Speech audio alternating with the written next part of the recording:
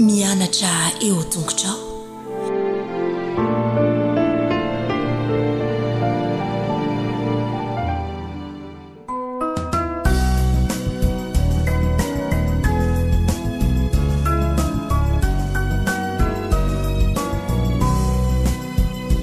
Emisaucanao Jesu malalo chachizao futona mamizao yanaranai antunguchao izahai izai pianachao kuambitenenare Jesu malalo izahai iainuchalanao kahirote nyavyamina itwecabecakawampunaya kuambitenenare Jesu malalo izahai iainuchalanao kahirote nyavyamina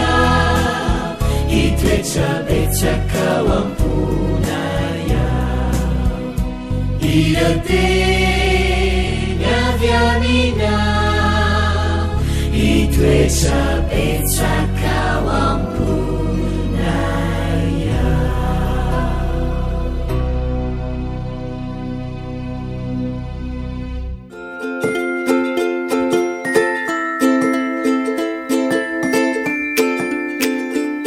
tonga eo amin'ny fotoanany zaza minondray tsika efa lesona fafondrainga zao hoe efa lesona faharondray zany zao ny anarantsika fa araka ny mahazatra atsika dia andetsika ifampirapandray dia mivavaka rehefa feo tahoarane ao arinany isa telo dia miara-mihira mafy be daholo isa roa telo manaona falitafaona ravo mahitanao manaona enao manaona tompoko salama tsara daholo ny ankizy rehetra eny ary faly tafahoana amintsika indray amin'ity sabaty ity ndeha arytsika aloha ivavake zay tsika efa manomboka ny lesona andao akambana ny tanana dia aondrika ny loha akipy ny maso ivavaka isika.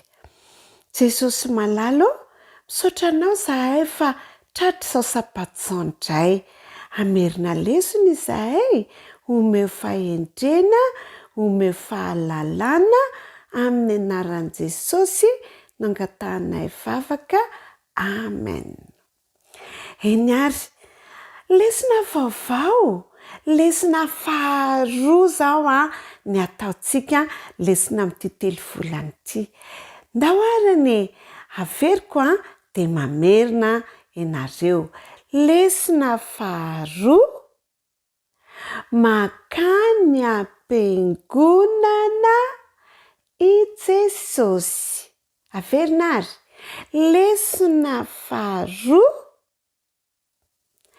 makany am-piangonana i Jesosy eo efa manomboka mahay sahady eny ary tsenjery foy kely andeha isika ho any antranony Jehova averina tsy anjery andeha isika ho any antranony Jehova averina farany andeha isika ho any antranony Jehova efa manomboka mahay sady ny ankizy nefa vao manomboka lesontsika endrim-penga ireo zaza minondreo hoe andao ange rahantsika ny tantara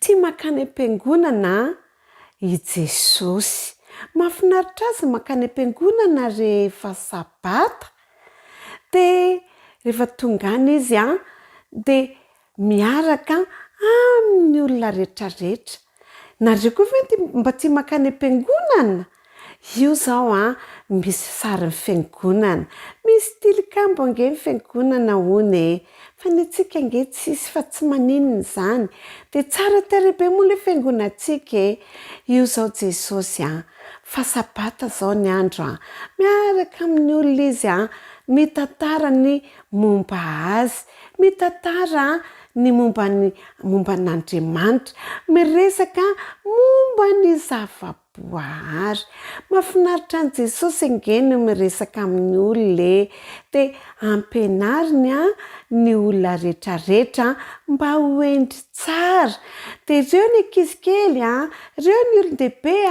mazoto ery miaino an Jesosy faly zareo satria tia azy ireo an Jesosy sabata raha ny andro zao iny Jesosy andeha ho any am-piangonana satria tiany Jesosy ny maka any am-piangonana de andeha ho any am-piangonana zao Jesosy anao inany ary izy hira de mivavaka zay ny atao rehefa any am-piangonana manao ina hoe mihira de mivavaka tiany Jesosy makany am-piangonana atsangana ny tanany ankizy zay tia makany am-piangonana ihany koa atsangana ny tanana hoe eny ary de androany zao sabata de tsisy mitsanotsanona ao an-trano zany zao fa mandeha makany am-piangonana miaino ny tenin'i Jesosy de mihira de mivavaka zay indray ro ary ndresitsika androany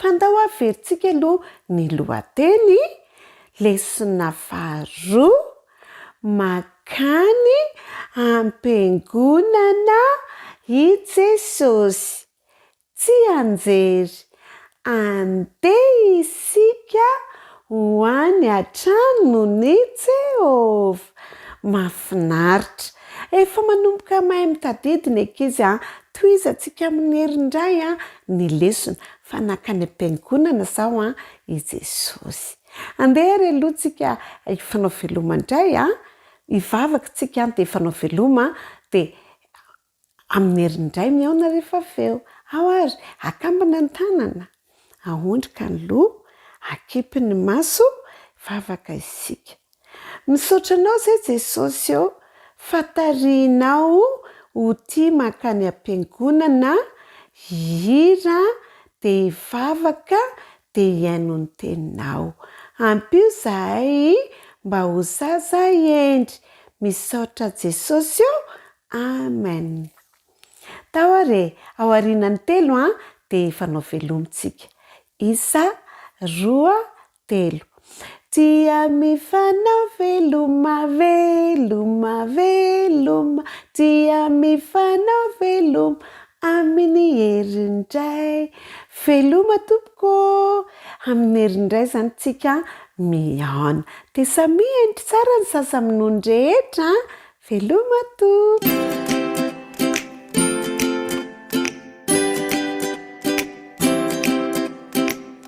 maizina ny andro maizina be naneno ny vorona mivoaka amin'ny alina ary nikika ny angely mbola hariniko ny torimaso avokoa ny akamaroan'ny olona satria vao maraina be zany fotoana izany milohan'ny fahazavan'ny andro mety mbola alina be no iantsotsika an'izany kanefa nisy olona iray ny fo namindra moramora teny ny arabe ny tanàna nandalo trano maro izy nivoaka ny tanàna nandalo niakatra ny tendrombohitra izy nijanona teo an-tapo-tendrombohitra ka nandohalika Jesosy ane zany ny fo vao maraina Jesosy isan'andro melohany foazan'ny olona hafa rehetra tia izany fotoana izany satria milamina tokoa nanome azy tombotsoanana fotoana manokana iarahana amin'Andriamanitra izany rehefa atoandro ny andro de mivory manodidina Jesosy ny vahoaka hiaino azy ametraka fanontaniana nitondra ireo olona marary hositranina izy ireo mangataka anaovana tantara koa ny ankizy tiany Jesosy no manao tantara manampy sy manasitrana olona kanefa mialohan'ny tontolo andro izay olona niny miaraka amin'ny olona de fantany fa ilainy ny manana fotoana manokana iresahana amin'ilay ray any an-danitra. Nilaza tamin'Andriamanitra iray ny alehibe ny fitiavany azy Jesosy. Niresaka tamin'Andriamanitra mikasika ny zava-dehibe feno fahotana manodidina azy ka mampalahelo ny fony izy. Nilaza tamin'Andriamanitra mikasika an'ireo olona marary mila fanampiana ihany koa Jesosy. Niresaka tamin'ny mikasika ireo namany manokana ny mpianatra zany. Nangataka tamin'Andriamanitra Jesosy mba homeny hery ahafahany manampy ny hafa. Namaly hatrany vavaka nataon'i Jesosy Andriamanitra. Nanampy an'i Jesosy ho tony izy. Feno fitiavana ny fon'i Jesosy ary nivavaka izy. Vonina tanteraka nomboka ny tontolo andro miaraka amin'ny vahoaka izy. Niresaka tamin'Andriamanitra vao maraina Jesosy. Mandritra ny tontolo andro rehefa mampianatra, manasitrana, manao tantara izy dia mivavaka mangina ihany koa amin'ny heritreriny ireo tonom-bavaka ao an-tsainy. Mangataka n'Andriamanitra izy hanampy azy hanasitrana an'ireo marary, hanao izay tantara mety ho tsara fanasy mahari-po. Niresaka hatrany amin'ny rainy izy any an-danitra mandritra ny tontolo andro. Efa niresaka tamin'i Jesosy tamin'ny fotoana rehetra sy amin'ny toerana rehetra ihany koa ve ianao e? Afaka miresaka amin'i Jesosy ianao amin'ny fotoana rehetra, na malahelo, na sambatra, na matahotra. Afaka miresaka amin'i Jesosy ianao ao anatin'ny fiara, any am-pianarana, ao an-trano. Mitedava toerana iray manokana sy milamina mba alehanao isa-maraina iresanao amin'i Jesosy. Makanesa ao indray rehefa hariva ny andro ilaza amin'ny mikasika ny tontolo andronao dia hiaino anao an-trano izy satria tiany ianao.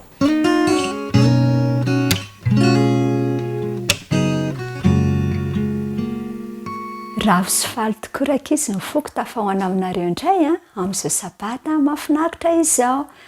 Tafahoana isika hiaraketo hamekina ny lohahevitra fafiry fahadimy. Izay lohahevitra tena mahafinaritra indrindra satria dia manontany antsika Jesosy hoe moty hafa ianao, moty hafa ianao. Ny an-dalateny izay nataontsika tsy enjery nandritra ny neny aman'iny dia hitantsika taiza re tao amin'ny Jaona 1:20 andao ange averintsika hoy indray Jesosy taminy moty hafa ianao andraso ary ny ondriko. Hoy indray Jesosy taminy moty hafa ianao andraso ary ny ondriko. Tian'i Jesosy ve ianao?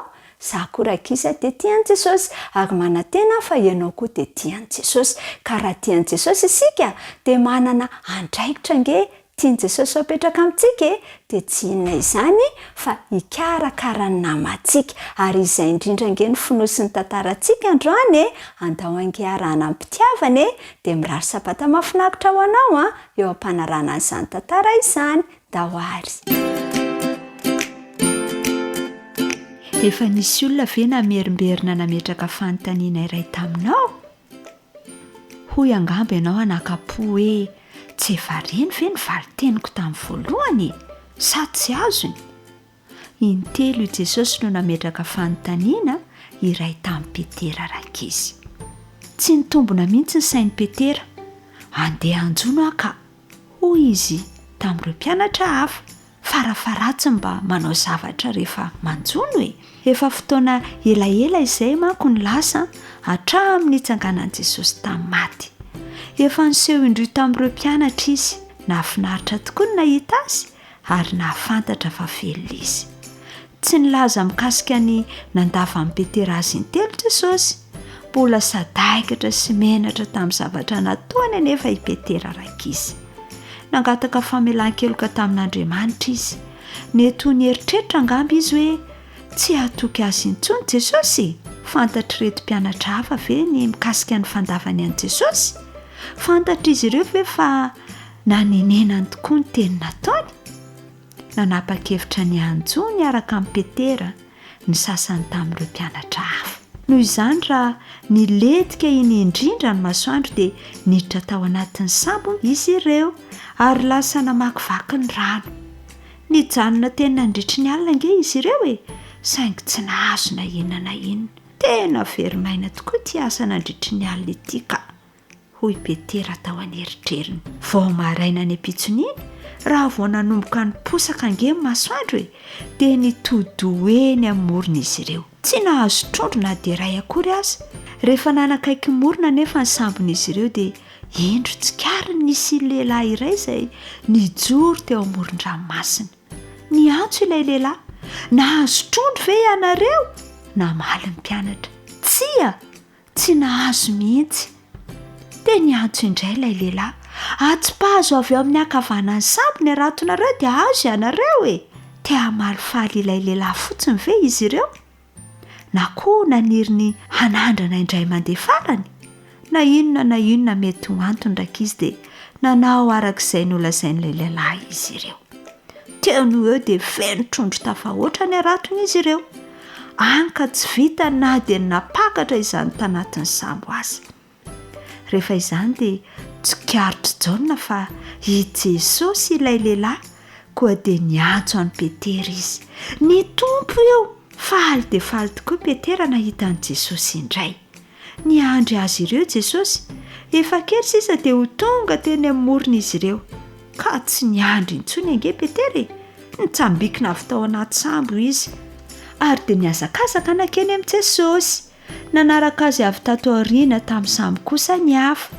Rehefa tonga teny amin'ny morona izy ireo dia hitany fa efa nandrehitra hafa ange Jesosy e. Nitony trondro mba hiarahan'izy ireo mihinana. Vetivety taoriana izay dia nihinana trondro sy mofo tamin'ny mpifaliana izy ireo. Rehefa avy nisakafo izy ireo dia nitodika tany amin'ny Petera ngeraka izy Jesosy e, ka nanontany hoe, Petera, tia ve ianao? Teo ny eo Petera dia namaly hoe, eny tompoko, fantatrao fa tianao a. Dia nibanjina amin'ny mason'i Petera nge Jesosy e, ary niteny moramora izy hoe, fahano ary ny ondro keliko e. Nanontany amin'ny Petera indray ary Jesosy raha tena tia azy izy e. Petero, mo tena tiako tokoa ve ianao? Ary tena maly indray Petera hoe, eny tompoko, fantatrao fa tianao a. Dia niteny indray nge Jesosy nanao hoe, karakarao ary ny ondroko e. Nanontany fanontelo ny Jesosy rakizy, Petero, tena tia ve ianao? Tsy hita amin'ny Petera izay atao rakizy. Angamba ny eto nanontany teny izy hoe, tsy nino azy Jesosy. Ary inona ary no antony nametrahan'i Jesosy izany fanontaniana izany intelo e? No izy nandahany Jesosy intelo ve? Tohina i Petera rakizy satria nanontany azy intelo Jesosy. Navesatra ny fony raha namaly izy hoe, Tompo, mahafantatra ny zavatra rehetra ianao, fantatrao fa tianao aho. Dia niteny indray rakizy Jesosy nanao hoe, karakarao ny ondroko. No ny fakany dia hoy Jesosy tamin'i Petera, manaraha. Angamba ny eto nahatsiaro maivamaivana mihitsy i Petera rehefa hita ny fanamelany helony Jesosy. Fantany ankehitriny fa mbola tiany Jesosy ny hanarahany azy. Nahoany Jesosy no nametraka ireo fanontaniana ireo tamin'i Petera teo anatrehan'ireo mpianatra hafa. Tia no fantatra izy ireo rakizy fa namelany heloko Petera izy. Tia hampianatra lesona amin'ny Petera mikasika ny faharetana sy ny hatsarapana ary ny famelan-keloka koa izy. Ilainy Petera ireo rehetra ireo any aoriana any. Nanana asa atao an'i Jesosy izy. Nitarika ireo mpino vaovao izy ka hikarakara azy ireo amin'ny mpahafinaretana mandra-pahafatiny. Tiany Jesosy hahafantatra zavatra sarobidy iray koa isika. Zavatra iray ihany no tsy maintsy ataontsika mba hanarahana sy hanompoana an'i Jesosy. Tia azy amin'ny fotsika rehetra ve isika? Ary rehefa tena tia azy tokoa isika dia haniry ny karakara ny hafa koa. Koa tsarovy ary rakizy fa manompo an'Andriamanitra tonga antsika io e rehefa mikarakara ny hafa.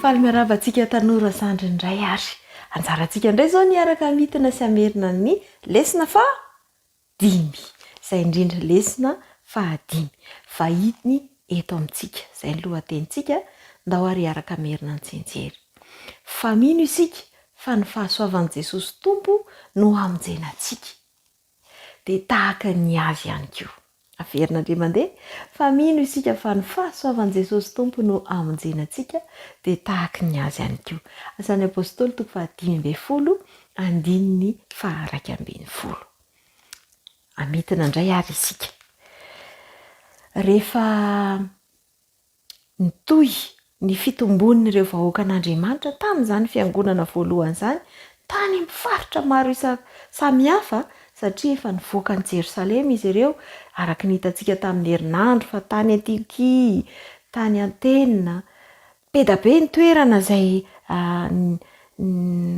nielezan'ny tenin'Andriamanitra dia midika koa izany fa maro ihany koa ireo jentilisa izay niova fo. Tsy voatery ho jiosy ihany no niova fo nanaraka an'i Jesosy fa ireo jentilisa ihany koa dia maro no nanara-dia an'i Jesosy. Rehefa niara niasa tamin'ny mpino vaovao isan'andro ary Paoly dia nahatsapa izy fa matetika ny fiangonana no mitaky ireo mpino vaovao niova fo ireo handray kolotsaina vaovao. Izany hoe asainy mivadika jiosy aloha izay vao mandray an'ilay fahasoavan'i Kristy. Lasa misy zavatra hafa izany no tambesarina teo an-tsorika ireo mpino vaovao ireo hoe tsy maintsy miova jiosy izy izay vao mahazo mandray an'i Kristy. Dia tsapany Paoly izany fa tsy tsara izay. Nahatsapa ho voatarika Andriamanitra i Paoly mba handray ny olona araka ny kolotsaina ary fantany mantsy fa ny fitiavan'Andriamanitra no zava-dehibe indrindra azo ny zaraina ho an'ireo olona ireo. Tsapany Paoly izany fa tokony ny fitiavan'Andriamanitra no raisin'izy ireo voalohany indrindra ary ho tiavina tahaka ny tiavan'Andriamanitra an'ireo olona ireo na manahoana kolotsainy na manahoana. Rehefa nivory indray ny filan-kevitra tao Jerosalema dia ny fanahin'Andriamanitra mihitsy no nitarika na dia saika nisy korontana ary tamin'ny voalohany dia notarihan'ny fanahin'Andriamanitra izy ireo mba hanao fanapahan-kevitra tsara. Anaiky ny fomba fijery vaovao izay nentin'i Paoly momba ny fitorian'ny filasan-tsara ka na manahoana kolotsain'ireo olona ireo dia ho tian'izy ireo araka ny maha izy azy ireo olona ireo fa mila tarihana makeo amin'i Jesosy. Dia izany ihany koa no ampianarina antsika amin'izao fotoana izao. Fitarihana mbola tonga amintsika amin'izao fotoana izao. Tsy hanavakavaka ny hafa isika na hanery ny olona hanaraka ny kolotsaintsika izay vao hoe mandray tsara ny tenin'Andriamanitra na mandray an'i Jesosy fa mity an'ireny olona ireny araka ny maha izy azy fa kosa mitondra n'izy ireo ho eo amin'i Jesosy. Izany fomba fijery izany no tokony hitorintsika ny filazantsara. Ny lesona izay nianarantsika izany nandritra ny herinandro dia nanampy antsika ahafantatra fa afaka manampy ny hafa ahafantatra ny momba an'Andriamanitra izay tiany olona rehetra isika na inona kolotsaina na inona kolotsaina. Nanampy antsika ahafantatra ihany koa fa Andriamanitra dia mitarika antsika mba hanaiky ny hafa ary indrindra handray fanapahan-kevitra mba handray ny hafa araka ny itiavan'Andriamanitra sy handraisan'Andriamanitra an'ireny olona ireny. Tsy hoe ny hevitrintsika no handeha handraisantsika ny olona hoe ity tokony ohatr'izao, ity tokony ohatr'izao fa jerentsika hoe manahoana ny fitiavan'Andriamanitra an'ireo olona ireo dia tokony ohatr'izay ihany koa no fitiavako an'ireo olona ireo dia tarihana makeo amin'i Jesosy izy. Andeha averintsika indray ary ny hafitra nampitaina tamintsika nandritra ny herinandro hoe manaraka an'i Jesosy isika rehefa tia sy mandray ny hafa. Manaraka an'i Jesosy isika rehefa tia sy mandray ny hafa. Mino fa nandray fanapahan-kevitra mahafinaritra indray isika tanora nandritra an'izay herinandro izay mba hitia ny hafa araka ny maha izy azy ary izaro ny fitiavan'i Jesosy na manahoana izy na manahoana atreo indray ara lesina atsika nandritry nyny herinandro iny mahasotoa mandrakariva mianatra ny tenin'andriamanitra mandra-piona indray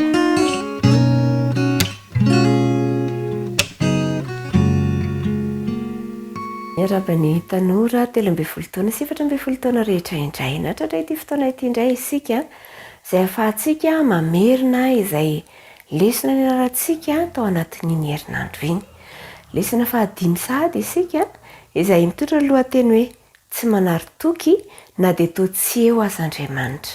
Ny tsenjery dia izay hitantsika amin'ny apokalipsy 2:24 andeha raha tsika mamerina izany. Ary io fafana ny ranomaso rehetra amin'ny maso ary tsisy fahafatesana intsony sady tsisy alahelo na fitarainana na fanaintainana fa efa lasa ny zavatra taloha. Io teny io dia teny holazaina amintsika rehefa tonga soamantsara any amin'ilay lanitra vaovao izay nomanin'Andriamanitra mba hivatanantsika isika tsirairay avy izao. Rehefa tonga anytsika dia tsisy intsony ny ranomaso, tsisy ny fitarainana, tsisy ny fanaintainana. Efa lasa avokoa eto amin'ity tany ity no ahitantsika n'izany rehetra izany fa rehefa ambiany an-danitra kosa isika dia fifaliana mandrakariva no iainantsika miaraka amin'ilay Andriamanitra raintsika. Tao anatin'ny fiarahantsika mianatra dia nahita tantarana tatsambo iray isika. Rehefa nandeha ny sambo nisy an'ity tatsambo ity dia natopatopany rivo mahery teny ka fefika ilay sambo. Izy kosa dia natositosiky ny onja mba hoeny amin'ny torapasika anankiray ka tafajanona tao anatin'ny nosy kely anankiray ity tatsambo izay izy rery sisa no anovelona tamin'ireo izay niaraka taminy. Rehefa tonga tao amin'ny nosy kely io izy dia nanorim-ponenana tao ary nitalao ny fanampian'Andriamanitra mba ho aminy mba hamonjena azy ao anatin'izany nosy kely izay nisy azy izany. Nandeha ny fotoana dia tsy hitany nefa hoe amin'ny fomba ahoana moa izany no isian'ny olona afaka manavitra azy. Nitazana ny ranomasina ihany izy ka tsy nahitana dia sambo anankiray nandalo azy. Dia ny any heriny dia nanorina fonenana teo amin'izany toerana izany izy nanangana tranotrano kely izy ary mandeha mihaza sy mitady izay hoaniny any anaty ala any. Indray andro nefa rehefa avy nihaza tany izy dia kivy sady ketraka satria nirehitra ilay an-trano kely mba namboariny mba ataony fialan-tsasatra. Tena ny vala-ketraka ity tatsambo ity ary tena kivy satria izay rehetra mba novoariny dia maisy potika daholo indray. Dia natory izy ny alina tsara raha nahita tory. Ny fo maraina izy dia nandeha teny amoron-dranomasina ary akory ny atairany nahita sambo anankiray sambo lehibe anankiray nanakaiky ny morontsiraka izay nisy azy.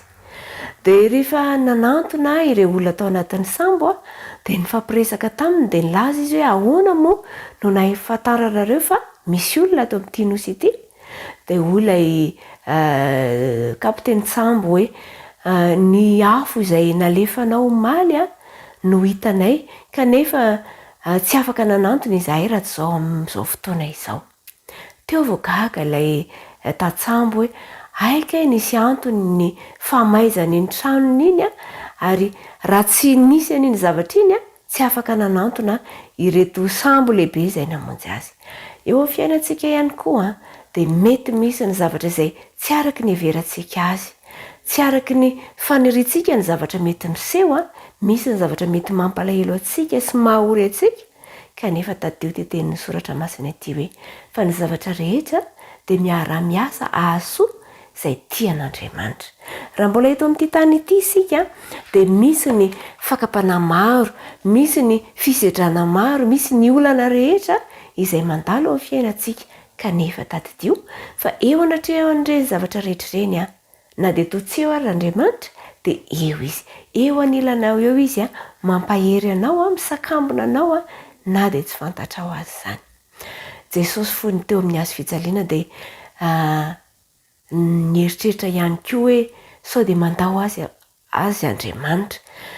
Dia nihodina tokoa Andriamanitra tamin'izay vanim-potoana izay tsy nahazaka, tsy nahatanty ny fahotana izay nianjady tamin'i Jesosy kanefa nofoazan'andriamanitra izy a rehefa afaka 3 andro nitsangana vao mifasana izy a ary nanana ny fandresena lehibe izay ahazoantsika anto ihany koa ny fandresena amin'ny ho avy rehetra tadidio ry tanora 13 taona 17 taona fa ny olana rehetra izay mahazo antsika dia toy ny tady anankiray ka isaky ny misy olana dia manao vona anankiray isika ka rehefa misintona ilay tady isika dia tafajanona amin'ilay vona tsirairay ary afaka miakatra amin'izany tady izany ka zao ary andeha ataontsika ho an-tsaina mandrakariva fa eo anilantsika foana Andriamanitra ka aza kivy a aza malahelo amin'ny toe-javatra rehetra miseho fa mifalia mandrakariva fa izany ny sitrapon'Andriamanitra ho antsika rehetra dia ny tompony hitany tanora mantoanto rehetra ka ho tonga any amin'ilay fiainana mandrakizay izay tsy misy fahoriana tsy misy fahafatesana tsy misy alahelona fitarainana isika tsy misy ranomaso ihany koa ka hifaly mandrakizay miaraka amin'ilay raintsika izay any an-danitra dia mirary soa indrindra re ho manaraka indray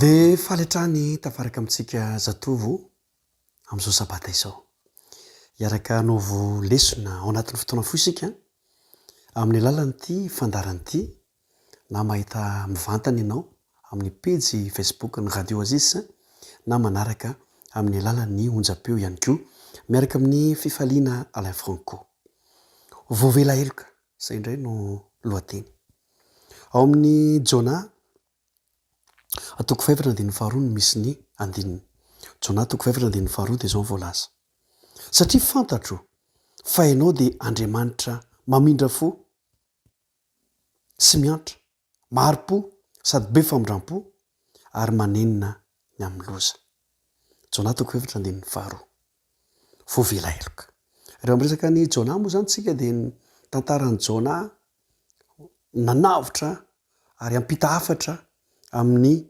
Niniva tanàna anankiray izay misy mponina marobe antsoina hoe Ninivita dia haintsika tsara io tantara io fa i Jona dia niteny mihitsy ary resy lahatra fa io Andriamanitsika io a mamindra fo sy miantra mahari-po sady be famindram-po ary manenina ny amin'ny loza ry tanora namako mety tsy mamindra fo aminao ny olona fa Andriamanitra efa toetrany izany vonina ny hamindra fo aminao izy miantra izy ary mety hisy loza hiantra amintsika fa saingy izao io Andriamanitra io efa vonina niantra sy hamela ny helokontsika zava-dehibe loatra ny voavela heloka amin'izao fahavelomantsika izao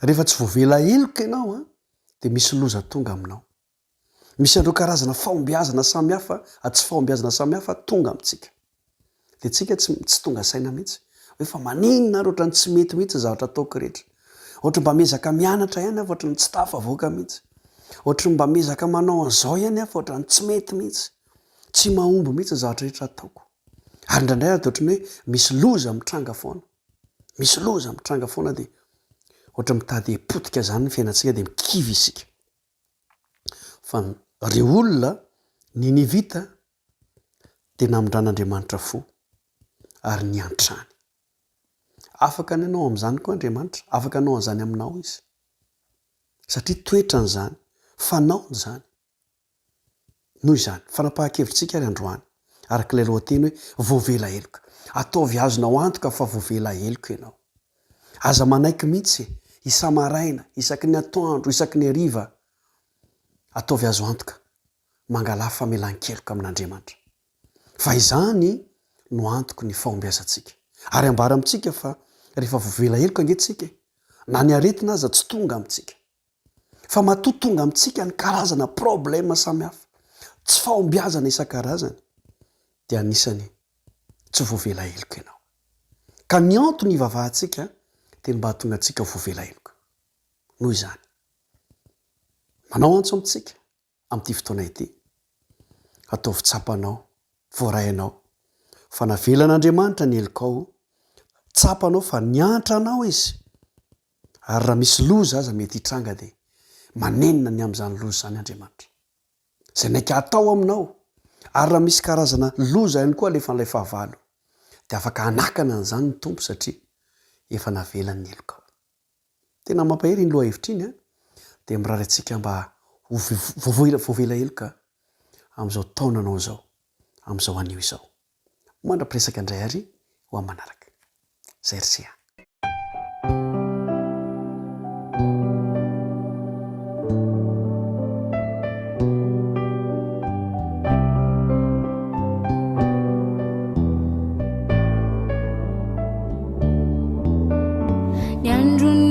tanorako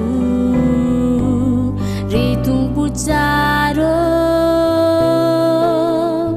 apetrako eo ampelatannanao iza anio iza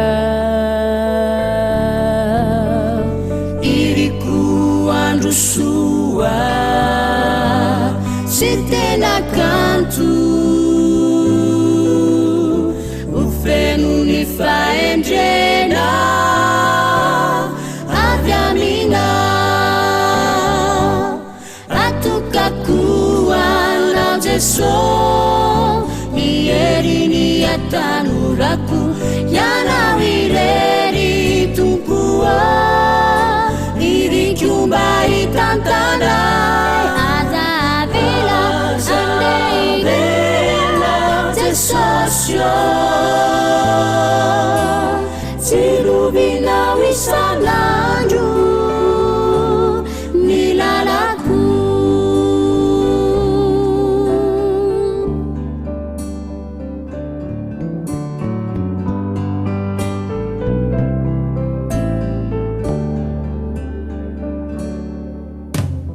reo rendrarendrany zao tontolo izao mety sarikayana lavitrana jesosio koampianara ho tompo miteninao ho fiarovana mafy nilalako atokakoanao jeso ierini atanuraku yanao irery tompoa irikomba itantana azavela andeirela jesosio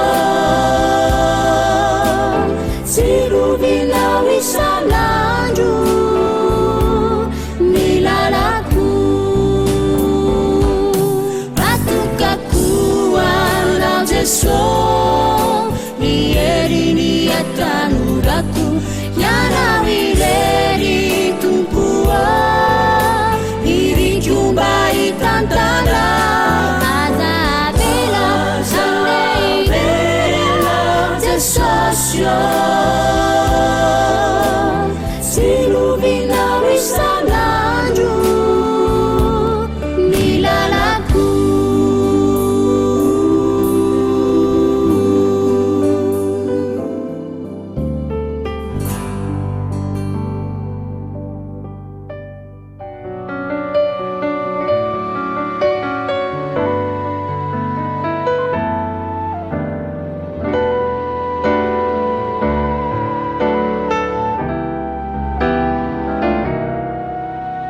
tonga eo amin'ny taridalana ho an'ny lehibe indray isika ary ao anatin'ny lesona fahadimy ao anatin'izao telo volana izao dia mitondra ny lohateny hoe finoana na ino kidona na ino kitranga milohan'ny arantsika mianatra dia andaontsika hiaraka hivavaka rainazany an-danitra misaotranao izahay noho ny fotoana mety nomenao anay ahafahanay miara-mianatra ny teninao koa taio izao taridalana izao mba hampitombo ny finoanay tsirairay avy mamindra fo mamelany elokay fanahy eo mitenena fa vonina iaino izahay aminaran'i Jesosy amen. Finoana na iny kidona na iny kitranga. Ny tokosendin'ny fototra nataontsika tsenjery tadidinao ve? Salamo fa 120 atao ampoko no iraketako ny teninao mba tsy hanotako aminao. Iarahantsika mamery indray mandeha. Atao ampoko no iraketako ny teninao mba tsy hanotako aminao. Tamin'ny taonjato 520 ny asa natomboky Wycliffe, ilay mpanavao fivavahana malaza anankiray, 200 taona mialoha, dia nanomboka namirapiratra izany. Tonga amin'ny fisandratany fanavaozana ara-pivavahana. Ka tao anatin'io fanavaozana ara-pivavahana io dia nisy teboka 5 nataony teboka fototra mihitsy izay natonga ny fanavaozana ara-pivavahana naomby. Dia tsy inona izany fa ny hoe soratra masina irery ihany, sola scriptura, fahasoavana irery ihany, finoana irery ihany, Kristy irery ihany, ary ny fahadimy dia hoe ho an'Andriamanitra irery ihany ny voninahitra. Ny fototra iorenan'ny finoana ho jerentsika rehefa aveo, ny fototra iorenan'ny famonjena dia ho jerentsika aorinan'izay. Eny ary, ny fototra iorenan'ny finoana ilay nresantsika teo hoe ao amin'ny Jeremia 5:5 dia izao no voambara. Jeremia 5:5 hitako ny teninao ka nohaniko, ary ny teninao ny fifaliako sy firavoravon'ny foko, fa nantsoina tamin'ny anaranao ao Jehova, Andriamanitry ny maro. Jeremia 5:4. Teninao, tenin'Andriamanitra, sola scriptura, tenin'Andriamanitra ihany. Io zany no any fototra izay natonga ny fahombiazan'ny fanavaozana ara-pivavahana tamin'izay fotoana izay. Nanova ara-baky teny an'izao tontolo izao ireo mpanavao fivavahana tamin'ny taonjato 520 iny. Nasehon'izy ireo mazava nefa fa tsy nisy zavatra manokana momba an zareo, fa olona novan'ny fahasoavan'Andriamanitra izy ireo. Noho izany antony izany indrindra no nanambaran'izy ireo ilay hoe ny tenin'Andriamanitra ihany no manatanteraka fahagagana. Tenin'Andriamanitra ihany. Io tenin'Andriamanitra io no fototra ny orenan'ny finoana. Io tenin'Andriamanitra io no ivon'ny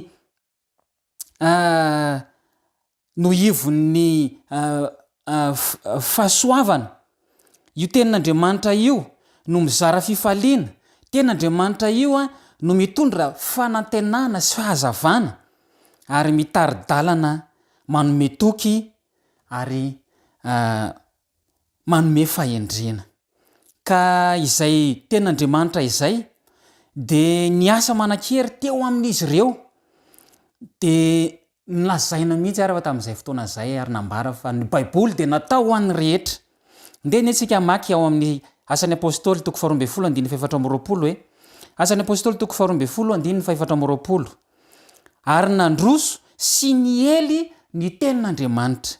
Nandroso sy niely ny tenin'Andriamanitra. Izay tenin'Andriamanitra ny ainan'izy ireo dia nanesika azy ireo ka dia tsy tafajanona izy ireo, fa nataony izay fomba nahafahan'ny tenin'Andriamanitra moazo ny rehetra novakiana, ka dia nandroso sy niely ny tenin'Andriamanitra.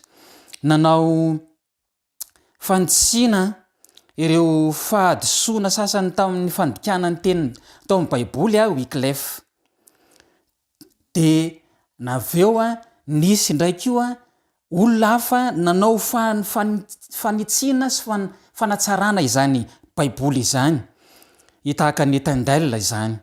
Dia rehefa aveo natao ny fandikanany tenin'Andriamanitra ary nitombo hatrany izany dia nisy olona indray izay natosiky ny fanahy ka nandika ny tenin'Andriamanitra mba ho azo ny hafa vakiana.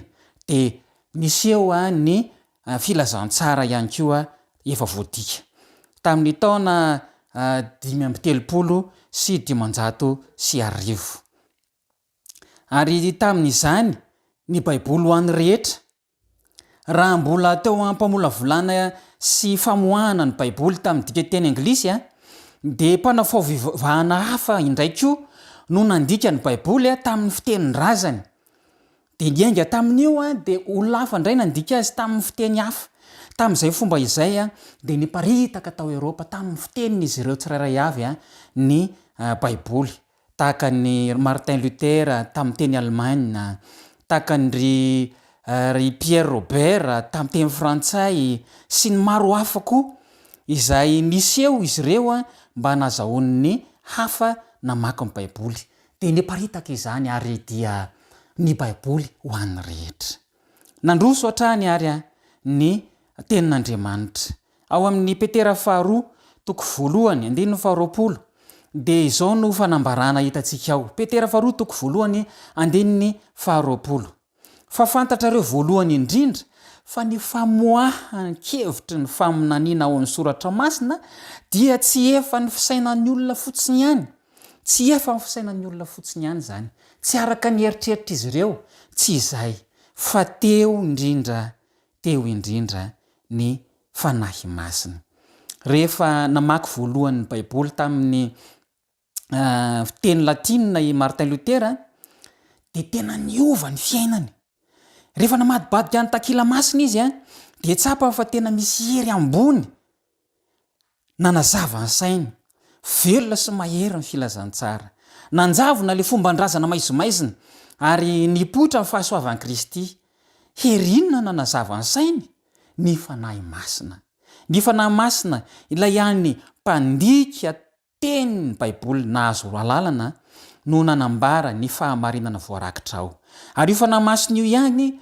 no omenantsika mba atakaratsika ihany koa tonga atsika atakatra izay tiany soratra masina ambara de nandroso hatrany ny tenin'Andriamanitra misy fanambarana ao amin'ny ilay fitiavana mandresy takila 527 de izao ny fanambarana hoe tsy hisy vokany ny fitoriana ny teny raha tsy misy ny fanatrehana sy ny fanampiana mitosy ny fanahy masina io ihany no mpampianatra mahomby ny amin'ny fahamarinan'Andriamanitra rehefa raha ny fanahy ao am-po ihany ny fahamarinana vao hamelombelona ny feo ny fieritreretana na hanova ny fiainana misy mety afaka ampiseho ny tenin'Andriamanitra amin'ny mahasoratra azy mety ifankazatra mididiny sy ny teny fikasany rehetra nefa raha tsy mampitoetra ny fahamarinana ny fanahy masina dia tsy hisy fanahy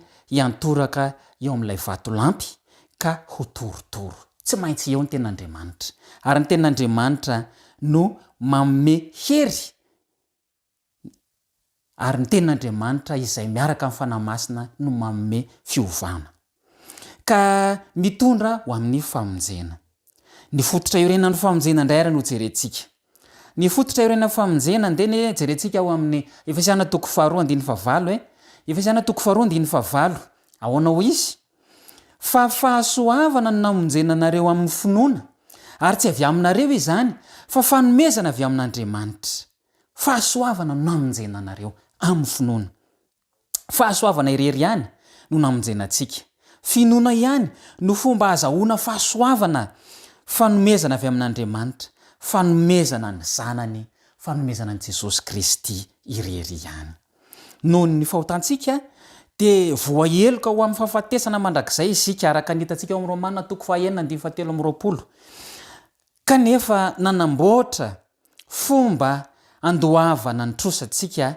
sy hanomezana atsika ny fiainana mandrakizay Andriamanitra araka ny hita amin'ny tapany faharoa amin'ny 17 ary nahoana isika no mila an'Andriamanitra hanefa ny trosantsika satria tsy afaka hanao an'izany mihitsy ane isika tsisy ny inona azontsika atao rehefa hitan'ny Martin Luther fa i Kristy irery ihany no loharanony famonjena azy de nanomboka nitory izany fahamarinana izany izy anarivony izay voafatotry ny fitaka nataon'ny fahavalo no nafahana sy navotana na dia maimaim-poana aza ny famonjena dia tsy voafetra ny sandany ary ampy ho an'ny rehetra izany tadidinao ny jaona toko fatelo andeny faina ambe folo zay le fitiavan'andriamanitra koa ilaina ny mitombo amin'ny fahasoavana ilaina ny mitombo amin'ny fahasoavana ao amin'ny petera faharoa toko fatelo andeny fahavalo ambe folo dia zao ny fanambarana hoe fa mitombo amin'ny fahasoavana sy ny fahalalana Jesosy Kristy tompontsika sy mpamonjy ho azy eny voninahitra ankehitriny sy mandrakizay amen. Aoka hitombo amin'ny fahasoavana fahalalanan'i Jesosy Kristy tompo sy mpamonjy antsika.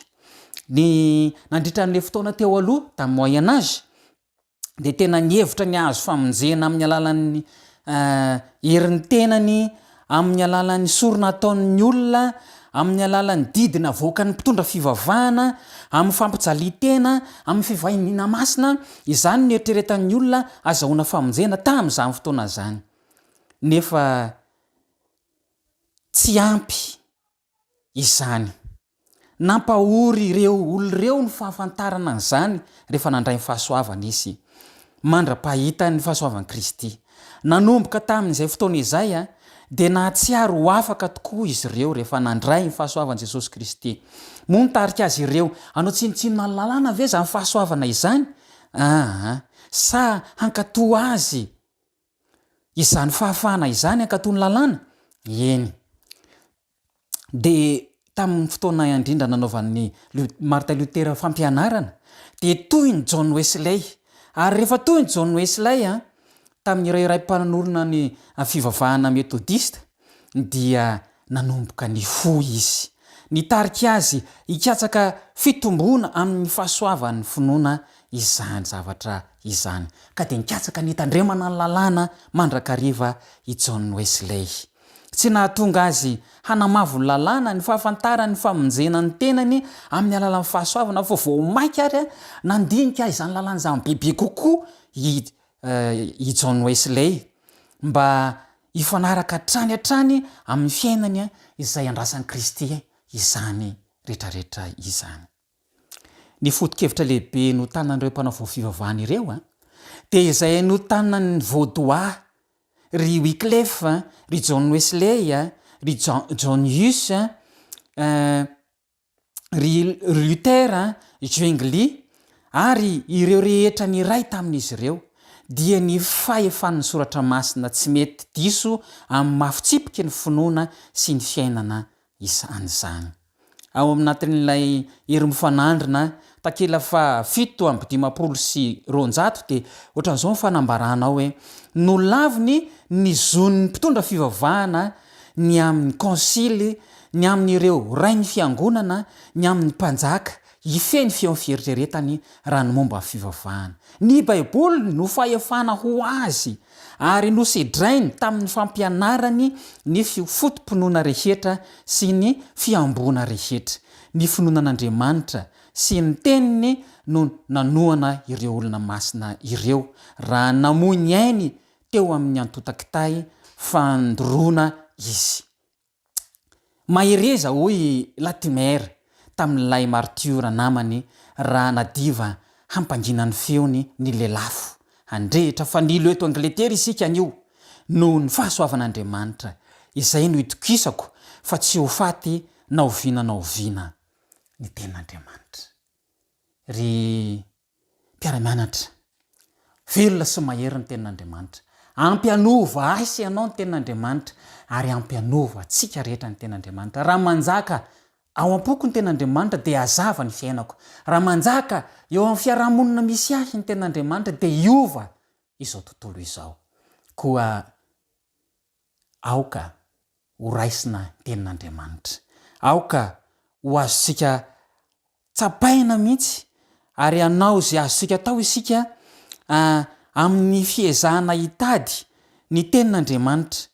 Fa ny tenan'Andriamanitra irery ihany no afaka manova ny fiainantsika tsirairay avy. Ary araka le voalaza ny toko saindina atao tsenjery dia hoe atao am-poko no iraketako ny teninao mba tsy hanontako aminao. Andeha isika iroso amin'ny fanatitra anoanana ny asa maneran-tany, ampiroboroboana fitoriana filazantsara mba hampanjaka ny tenan'Andriamanitra eo anivon'ny fiarahamonina izay misy atsika eto amin'ity zao tontolo zao ty ka hanova ny olona hovonina ho amin'ny famonjena nantanteraka izany fanatitra izany ahy isika.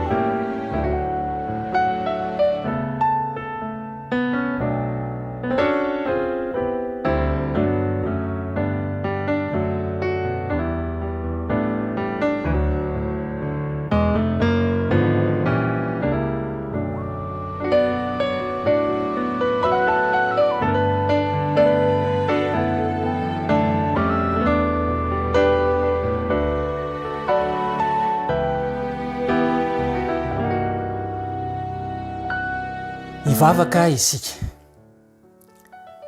raha inay izay ny an-danitra misaotra anao izahay fa nomenao anay ny fotoana nafahanay niaraka namerina iny lesona iny atao am-poko no iraketako ny teninao mba tsy hanotako aminao miray fo amin'ny mpanao salamo izay rehetra tompo malalo ary maniry indrindra mba horakitra ao am-ponay ny teninao ka hitondra fiainam-baovao anay tsirairay avy hanova ny fiainanay hanazava ny dianay ary anomana anay ho amin'ny famonjena taio ny mpiara-mianatra rehetra ary taio ny fanatitra izay natao mba tena afaka hanoana ny asa izay atao amin'ny fitoriana filazantsara maneran-tany tokoa ny izany mivavaka izany dia tononinay sy angatany amin'ny anaran'i Jesosy Kristy mpamonjy anay irery ihany. Amen.